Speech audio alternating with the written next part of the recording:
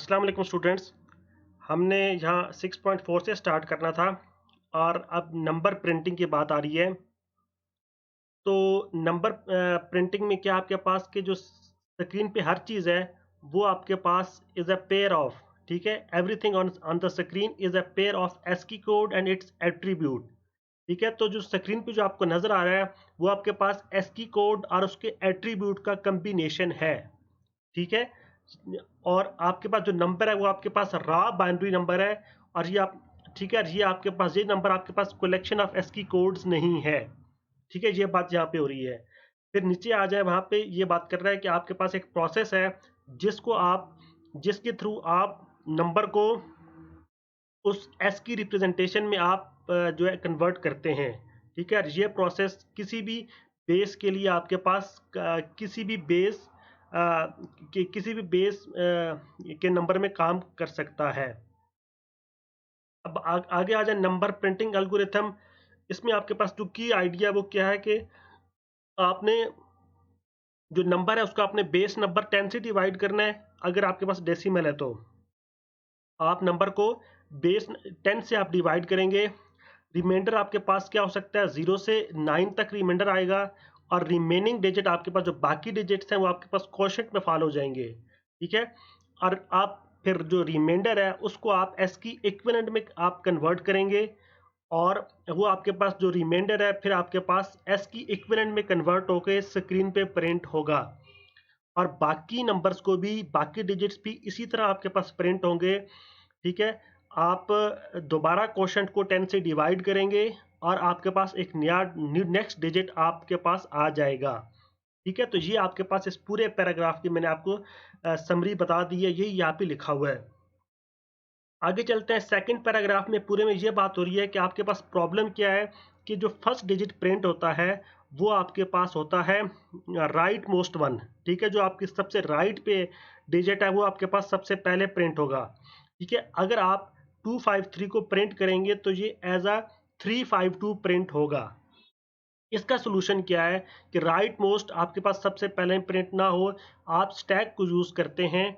और मैं ये बार बार बता चुका हूँ कि स्टैक का कंसेप्ट ये है कि last in first out manner. ठीक है, आप इस ऑर्डर को करेक्ट करने के लिए आप स्टैक को यूज़ करेंगे। और स्टैक आप किस तरह यूज़ करेंगे, देखें, आप इस तरह आप पुश करेंगे ना, जब नंबर्स को 352 की फॉर्म में जब आप नंबर्स पुश करेंगे तो ये अपोजिट ऑर्डर में आपके पास पॉप होंगे। ये आपके पास 2, 5 और 3 की फॉर्म में पॉप होंगे। तो आपके पास देखें, ये ऑर्डर इस तरह आपके पास मेंटेन रहेगा, आपको ये डिजायर्ड ऑर्डर मिल जाएगा। तो आप स्टैक को यूज़ करते हुए ऑर्डर को मेंटेन रख सकते हैं। आगे ये कुछ स्टेप्स बता रहा है एल्गोरिथम के प्रिंट करने के। ठीक है, वो कौन से हैं वो देख लेते हैं कि आप, ठीक है, आप उसको नंबर को सबसे पहले बाय बेस 10 से डिवाइड करेंगे। ठीक है, अगर अगर डेसिमल है तो फिर आप 10 से डिवाइड करेंगे। रिमाइंडर आपका क्या होगा, इसका राइट मोस्ट डिजिट आपका रिमाइंडर होगा। आपने इस रिमाइंडर को आपने एस्की कोड में कन्वर्ट करना है और फिर इसको आपने स्टैक पे सेव कर देना है। ठीक है, स्टैक पे सेव करने के बाद क्या होगा, क्वोशंट अगर आपके पास नॉन जीरो है तो फिर आप ये होल प्रोसेस रिपीट करेंगे और आप नेक्स्ट डिजिट आपके पास आएगा। फिर आपने क्या करना है, आपने डिजिट्स को वन बाय वन पॉप करना है। ठीक है, जिस तरह हमने ऊपर आपके पास पॉप किया है, और आप इस तरह पॉप करके आप उसको स्क्रीन पे फ्रॉम लेफ्ट टू राइट आप जो है ना प्रिंट करेंगे। ठीक है, तो ये 5 से 6 आपके पास एल्गोरिथम्स नंबर्स को प्रिंट करने के का जो एल्गोरिथम है उसके आपके पास ये स्टेप्स आपके सामने हैं। आगे डिव इंस्ट्रक्शन की बात आ रही है। अब इस प्रोसेस में जो डिवीजन यूज होती है वो है इंटीजर डिवीजन। ठीक है, ये आपको ऑब्जेक्टिव वाइज भी आ सकता है कि इंटीजर डिवीजन यूज होती है। और इंटीजर डिवीजन हमें क्या देती है, इंटीजर डिवीजन आपको यहाँ पे लिखा है मैंने, इंटीजर डिवीजन आपको इंटीजर क्वोशंट देती है और इंटीजर रिमाइंडर देती है। ठीक है, ये आपको ये आपके पास डिवीजन, इंटीजर डिवीजन का कंसेप्ट है। अब आगे चलते हैं, डिवीजन की अब आपके पास कह रहा है कि डिवीजन इंस्ट्रक्शन की 2 फॉर्म्स हैं। वो 2 फॉर्म्स कौन कौन सी, यहाँ पे ये पूरा मैंने लिखी है समरी। फर्स्ट फॉर्म में क्या होता है कि आप 32 बिट को आप डिवाइड करते हैं 16 बिट से और ये आपके पास ये DX AX के कम्बिनेशन रजिस्टर में आपके पास ये डिवीजन होती है।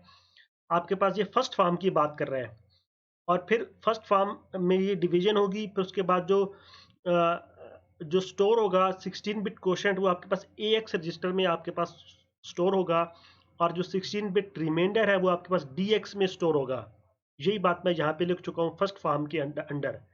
सेकेंड फॉर्म में बात करते हैं तो 16 बिट आपके पास 8 बिट से डिवाइड होगी, और जो रजिस्टर होगा आपके पास इन AX, और जो स्टोर होगा 8 बिट क्वोशंट आपके पास AL में स्टोर होगा, और जो 8 बिट आपके पास रिमाइंडर है, सॉरी 8 बिट इधर रिमाइंडर आएगा, ये बिट 8 बिट रिमाइंडर आपके पास AH फॉर्म में स्टोर होगा। ये ऑपरेंड नहीं है, ये आपके पास रिमाइंडर है, गलती से ऑपरेंड लिखा गया है। और फिर आपको पता होना चाहिए कि जो आपके पास हायर वर्ड्स हैं वो आपके पास DX में स्टोर होंगे, और जो लोअर वर्ड्स हैं वो आपके पास AX में स्टोर होंगे। ये बात यहाँ पे लिखी है। आगे जहाँ पे बात कर रहे हैं इस पूरे पैराग्राफ में डिवाइड ओवरफ्लो की बात कर रहे हैं कि जब आप लार्ज नंबर को डिवाइड करते हैं वेरी स्मॉल नंबर से, तो जो क्वोशंट होता है वो पॉसिबल है कि वो बहुत लार्ज हो, जो उसकी स्पेस से ज़्यादा एक्सीड कर जाए। ठीक है, अपनी स्पेस से वो एक्सीड करेगा जब लार्ज नंबर डिवाइड होगा by a very small number. ठीक है, तो ये डिवाइड ओवरफ्लो का केस तब आएगा। ठीक है, ये ऑब्जेक्टिव वाइज भी आ सकता है। तो इस केस में क्या होगा, इंटरप्ट जनरेट होगा और प्रोग्राम आपका टर्मिनेट हो जाएगा, और इस पूरे प्रोसेस को आप डिवाइड ओवरफ्लो कहते हैं। ये पूरे पैराग्राफ में ये बात लिखी है। ठीक है, ये क्यों होता है कि जब आप लार्ज नंबर को डिवाइड करते हैं by a very small number. आगे चलते हैं। अब डिवीजन आपके पास जो है ना अनसाइंड डिवीजन करती है एक्यूमुलेटर और सोर्स ऑपरेंड की। ये नीचे पैराग्राफ में, ये लास्ट पैराग्राफ की बात हो रही है। वो किस तरह की अनसाइंड डिवीजन है? ठीक है, अगर आपके पास सोर्स ऑपरेंड आपके पास बाइट है, तो ये आपके पास किस में डिवाइडेड हो जाएगा, 2 बाइट डिवाइडेड में। ठीक है, if source operand is byte it is divided into 2 byte dividend. और जो assume to be in register, जो रजिस्टर होंगे वो आपके पास AL और AH। अगर आपके पास सोर्स ऑपरेंड, ये तो पहले बाइट था ना, 8 बिट था, अगर आपके पास सोर्स ऑपरेंड आपके पास वर्ड है, ठीक है, तो ये आपके पास डिवाइडेड होगा इनटू 2 वर्ड डिवाइडेंड। ठीक है, यही बात यूज लिखी हुई है, it is divided into the 2 word dividend, अगर आपके पास सोर्स ऑपरेंड वर्ड है तो। और जो रजिस्टर यूज होंगे वो कौन से होंगे, AX और DX।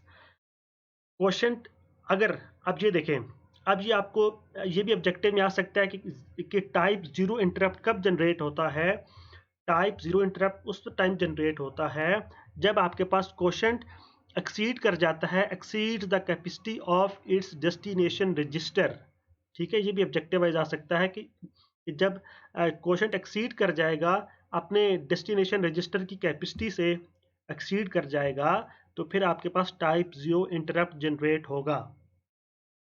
आगे चलते हैं और देखते हैं नेक्स्ट, इसको भी देख लें आप खुद की। ES आपके पास, ये पहले कुछ बातें कर चुके हैं। ES आपके पास वीडियो मेमोरी में इनिशियलाइज होता है, DX 0 होना चाहिए, रिमाइंडर आपके पास कन्वर्ट होता है ASCII रिप्रेजेंटेशन में, क्वोशंट 0 होगा तो फिर सब डिजिट्स आपके पास स्टैक पे सेव हो जाएंगे। DI को आप इनिशियलाइज करेंगे, ठीक है, top of the left of screen. ठीक है, नेक्स्ट लोकेशन आपके पास 2 बाइट्स अहेड होगी।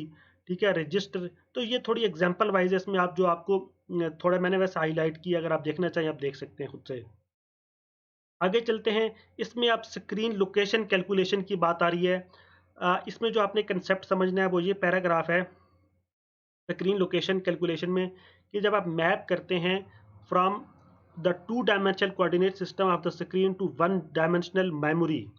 ठीक है, आप जब 2 डायमेंशनल स्क्रीन से 1 डायमेंशनल मेमोरी में जब आप कन्वर्ट करते हैं, मैप करते हैं 2 डायमेंशनल से 1 डायमेंशनल मेमोरी में आते हैं, 2 डायमेंशनल मेमोरी से, तो आप कैसे करेंगे, आप रो नंबर को 80 से मल्टीप्लाई करेंगे और उसमें आप कॉलम नंबर ऐड करेंगे, और फिर आप उसको अगेन 2 मल्टीप्लाई बाय 2 कर देंगे। ये पूरा कंसेप्ट इन 3-4 लाइंस में आपके सामने लिखा है, ये मैंने यहाँ पे लिख दिया है शॉर्ट करके। ठीक है, ये आपके पास पूरा कंसेप्ट होता है कि आप किस तरह से 2 डायमेंशनल स्क्रीन से 1 डायमेंशनल मेमोरी में आप शिफ्ट होते हैं, कन्वर्ट होते हैं। रो नंबर को आपने 80 से मल्टीप्लाई करना है, फिर आपने एक कॉलम नंबर उसमें ऐड कर देना है और फिर आपने दोबारा अगेन मल्टीप्लाई बाय 2 करना है। अब मूल इंस्ट्रक्शन की बात आ रही है। मूल परफॉर्म्स अनसाइंड मल्टीप्लिकेशन। मूल क्या करती है? एक अनसाइंड मल्टीप्लिकेशन करती है। किन दो चीज़ों की? सोर्स ऑपरेंड और अकोमुलेटर की। इन दो चीज़ों की ये अनसाइंड मल्टीप्लिकेशन करती है। अगर आपके पास सोर्स ऑपरेंड बाइट होगा तो क्या होगा? ये आपके पास जो सोर्स ऑपरेंड है अगर बाइट की फॉर्म में है, ठीक है, ये बात लिख चुका हूँ। अगर आपके पास byte, it is multiplied by register AL, और जो डबल लेंथ जो आपके पास रिजल्ट है, डबल लेंथ रिजल्ट, वो आपके पास AH और AL में आपके पास आएगा, रिटर्न होगा।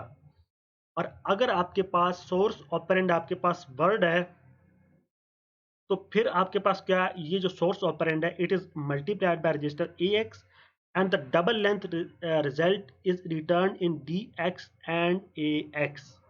ठीक हो गया। ये आपने बात, ये पूरे पैराग्राफ में मैंने आपको इन दो बातें आप बता दी हैं कि अगर सोर्स ऑपरेंड के बाइट के केस में क्या हो रहा है, जब बाइट होगा तो हम किस रजिस्टर से मल्टीप्लाई करेंगे? हम AL से मल्टीप्लाई करेंगे।